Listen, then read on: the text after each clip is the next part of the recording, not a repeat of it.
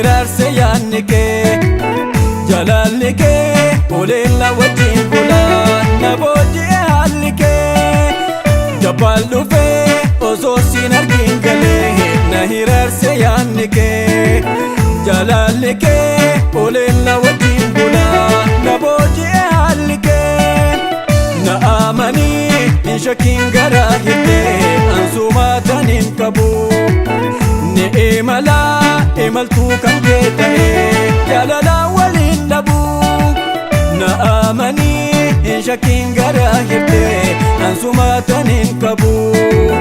ni imalaa imaltuu kan kee ta'ee jaalalaa waliin dhabuu ni imalaa imaltuu kan kee ta'ee jaalalaa waliin dhabuu